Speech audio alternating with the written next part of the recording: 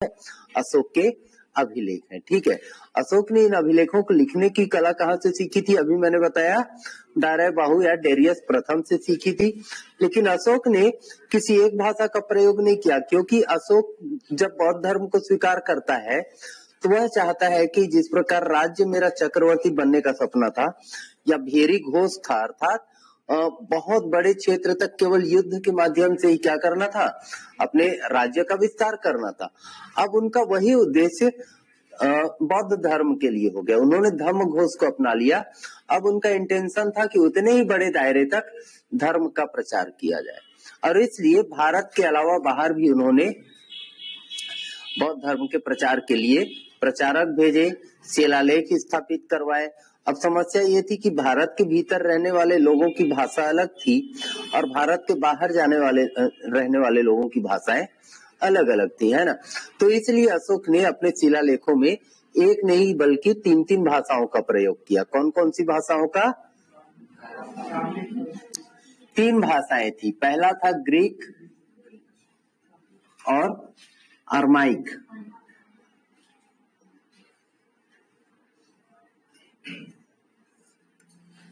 दूसरा था खरोष्ठी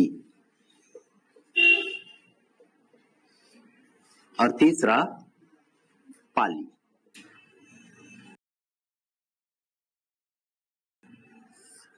ठीक है, जैसे ही हम भारत के बाहर निकलते हैं और भारत के उत्तर पश्चिमी क्षेत्र तक पहुंचते हैं तो उस क्षेत्र के लोगों की भाषाएं ग्रीक से मिलती जुलती मिलती, क्योंकि लगभग 200 सालों से ज्यादा समय तक वहां पर ग्रीक शासकों ने शासन किया था। पहले हमने देखा था वहां कौन पहुंच चुका था, सबसे पहले डेरियस प्रथम जीता था, और उसके बाद 200 साल तक ईरानी प्रभाव में रहे। ठीक है, तो वहां ग्रीक लैंग्वेज चला। उसके बाद फिर सेल्यूकस निकेटर यहाँ पर आ गया, सिकंदर का उत्तराधिकारी बनके, उनके प्रभाव में रहा। तो ये जो अफगानिस्तान वाला बेल्ट है, यहाँ पर अरमाइक भाषा बोली जा रही थी, ग्रीक भी बोली जा रही थी। ठीक है, तो यहाँ जो उन्होंने शिलालेख छोड़े उसकी भाषा उन्होंने कौन सी रखी?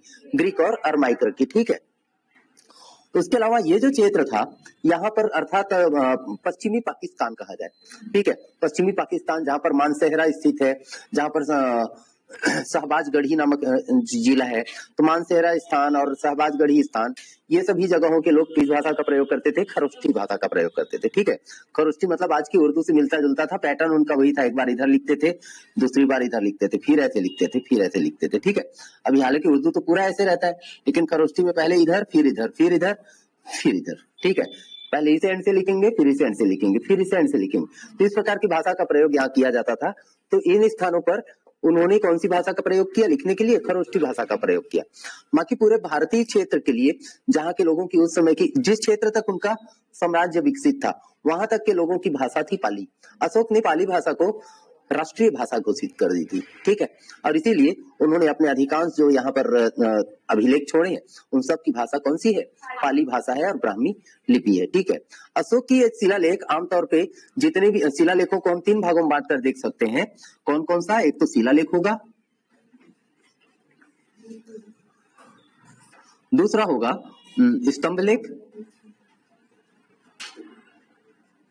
और गुहा लेख। गुहा लेखों की संख्या कम है। गुहा लेख आपको वो जो 3 गुफाएं उन्होंने बनाई थी, 4 गुफाएं, उन गुफाओं के अंदर ही उन्होंने दीवारों पर कुछ कुछ बातें लिखी हुई है, उनको गुहा लेख कहा गया है। ठीक है, बेसिकली जो हम लोग को याद करना होता है, जहां से एग्जाम में क्वेश्चंस आते हैं, वो आते हैं शिलालेख से और स्तंभ लेख से। ठीक है, शिलालेख को हमने 2 भागों में बांट कर देखा, एक होगा बृहद और दूसरा होगा लघु। वैसे ही स्तंभ लेख भी 2 होंगे, बृहद और, ठीक है। तो ये तीनों प्रकार के जो लेख है उनके, वो इस पूरे भारतवर्ष में उन्होंने अलग अलग क्षेत्रों में बिछा कर रखे थे। जो बृहद शिलालेख है, इनको बृहद इस संदर्भ में कहा गया कि एक तो ये आकार में बड़े थे और दूसरा ये डायरेक्ट विजिबल थे, मतलब इनकी स्थापना उन्होंने करवाई थी। ऐसा नहीं था कि रास्ते में कहीं पर कोई चट्टान मिला, उसको काटे, फ्लैट किए और उसमें फिर मैसेज लिख दिए। ठीक है, बाकायदा ये जो रॉक्स थे वो पहले इनके राज दरबार आया करते थे। ठीक है, चुनार से मंगाया जाता था पत्थर को। कहां से? चुनार से पत्थर मंगाया जाता था। पत्थर की क्वालिटी बहुत अच्छी होती थी, उसका शेप होता था शुंगाकार, मतलब ओवल शेप में होता था। कौन से शेप में होता था? ओवल शेप में होता था, पॉलिश्ड होता था। ठीक है, और बहुत चिकना होता था। उसके बाद उस पर अच्छे जो लेखक होते थे उनसे मैसेज को लिखवाया जाता था। लिखवाने के बाद चिन्हांकित स्थानों पर ही उसको रखवाया जाता था। ऐसे रैंडमली कहीं पर भी नहीं छोड़ा गया है। विशेष तौर पर उनके जो राजधानी से जाने वाले जितने भी मार्ग थे, उन मुख्य मार्गों में ही उन्होंने अलग अलग स्थानों पर शिलालेखों की स्थापना की है। तो जो बड़े शिलालेख जिनकी विशेषताएं इस प्रकार की है और मुख्य मार्ग पर स्थापित है, उनको क्या कहा गया है? बृहत शिलालेख कहा गया है। इसके अलावा अन्य स्थानों पर भी उन्होंने शिलालेख स्थापित करवाए हैं जो आकार में संभवतः उनसे छोटे हैं। और दूसरी बात की जिस बृहत शिलालेखों की संख्या उन्होंने बताई है 14, ठीक है। इन तीनों में से सबका जो क्वांटिटी बताया गया है, बृहत शिलालेख 14 बताए गए हैं जो प्राप्त हुए हैं 8 स्थानों से। कितने स्थानों से? स्तंभ लेखों की संख्या 7 बताई गई है जो प्राप्त हुए हैं कितने स्थानों से? 6 स्थानों से, ठीक है। और गुहा लेख को 4 बताया गया है। जितने गुफाएं बनवाई उन्होंने, उन चारों गुफाओं में उन्होंने लेख स्थापित करा दी। सेम एज जैसे स्तंभ लेखों की बात करूं तो स्तंभ भी उन्होंने अपने राज दरबार में ही तैयार करवाए और उसको भी चुन चुनकर अलग अलग स्थानों पर रखवाया गया। इनकी एक और विशेषता थी स्तंभों की भी और शिलालेखों की भी कि ये एकात्मक हुआ करते थे। कैसे होते थे?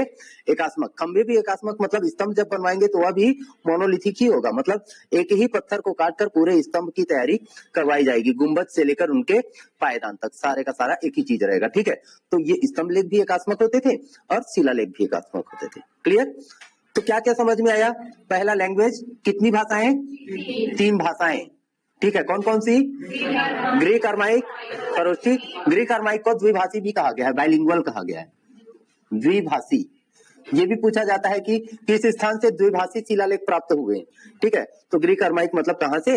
सरेकुना से जो प्राप्त हुआ है उसकी बात करेंगे, ठीक है। दूसरा खरोष्ठी और तीसरा पाली भाषा। 3 भाषाओं में प्राप्त हुए। 3 प्रकार के हैं। कौन कौन से? शिलालेख है, स्तंभ लेख है और गुहा लेख है, ठीक है। सबसे पहली बार इसकी खोज की थी इन शिलालेखों की टिफेनथैलर ने। किसने? सर्वप्रथम 1750 में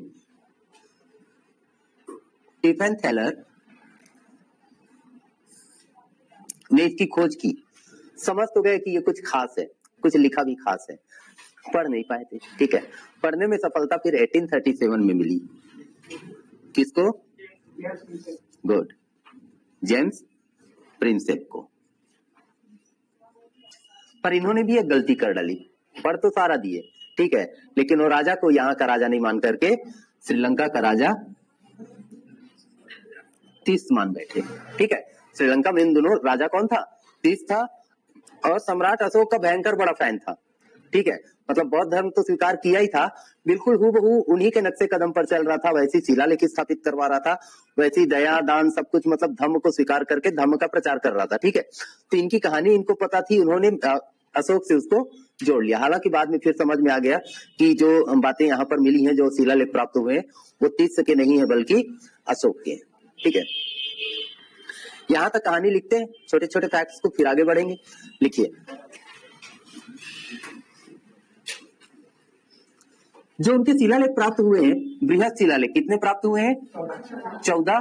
जो कितने स्थानों से प्राप्त हुए हैं? 8 स्थानों से। पहले इनकी चर्चा कर लेते हैं कि ये स्थान कौन कौन से हैं, ठीक है। 8 में से पहली चीज की ये जो मैंने यहां बताया था, अफगानिस्तान। अफगानिस्तान स्थान का नाम क्या रहेगा? कंधार। मोटे तौर पे पूछेगा तो अफगानिस्तान, उससे छोटे स्थान का नाम पूछेगा तो कंधार, ये भी याद रखना है, ठीक है। और मेन जो शिलालेख जिस स्थान पर स्थापित है उसको कहा जाता है सर-ए-कुना। क्या कहा जाता है? भाषा ग्रीक अरमाइक, ठीक है। तो क्या क्या फैक्ट्स निकल रहे हैं यहां से? अफगानिस्तान, कंधार, सरेकुना, ठीक है। और कौन सी भाषा का शिलालेख? ग्रीक अरमाइक का। याद रहेगा इतना? इसी तरीके से इसको बना लो ताकि कॉपी में अलग से लिखने की जरूरत ना पड़े। मैथ में रहेगा तो संभवतः ज्यादा अच्छे से याद हो पाएगा। क्लियर है सबको?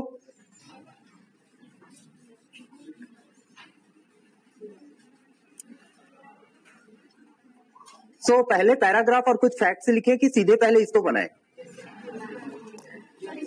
पहले इसको बनाओगे तो यहाँ पर लिख लो ऊपर में, जैसे मैप में लिखा जाता है ना, लिखिए यहाँ पर लिखिए बृहद शिलालेख,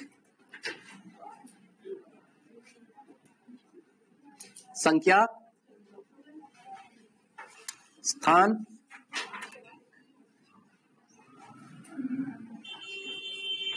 ठीक है, फिर इस मैप में इसको बैठाते चल जाएंगे।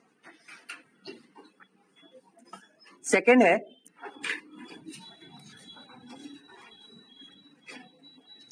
पूर्वी पाकिस्तान, सॉरी पश्चिमी पाकिस्तान,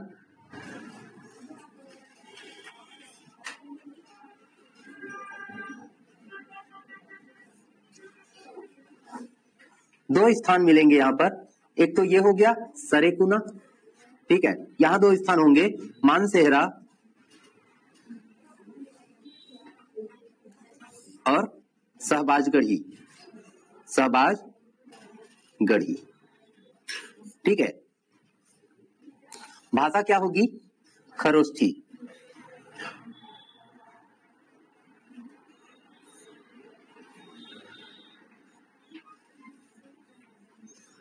क्लियर। उसके बाद आ जाते हैं भारत। इन दो स्थानों से, तीन स्थानों से हमको तीन अलग अलग भाषाओं के लेख प्राप्त हुए, ठीक है। यहाँ सरेकुना से कौन सा? ग्रीक और अरमाइक अर्थात द्विभाषी शिलालेख।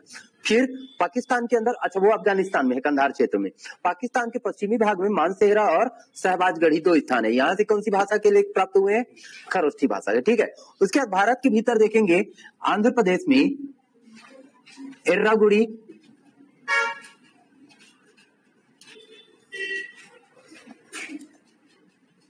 राजस्थान में कालसी,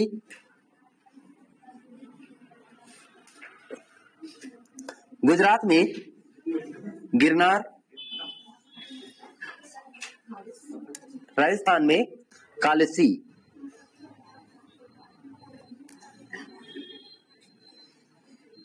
गुजरात में गिरनार, महाराष्ट्र में सोपारा, उड़ीसा में दो प्राप्त हुए थे, धौली और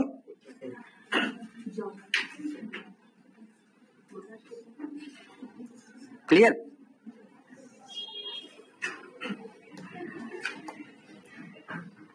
हो गया यहां तक?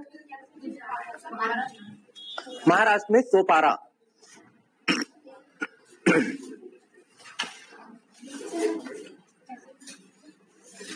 ठीक है। तो इतने स्थानों से क्या मिला था? कौन सी लिपि? हाँ, कौन सी भाषा? बड़े कंफ्यूज होते हो इसमें आप लोग।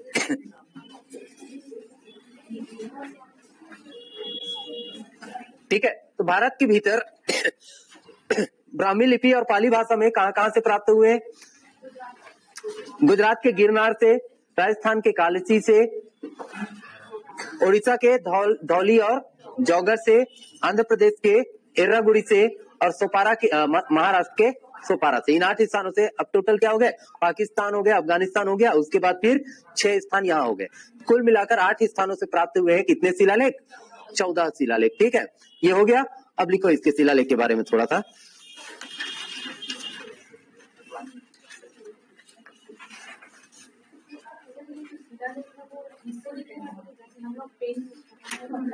वो उत्कीर्ण किए गए थे, ठोक ठोक के खुदाई करते हैं ना जो, वैसे।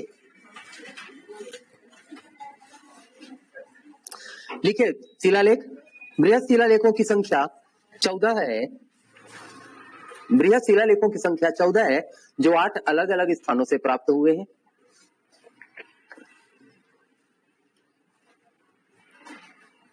आठ अलग अलग स्थानों से प्राप्त हुए हैं। आ जाइए।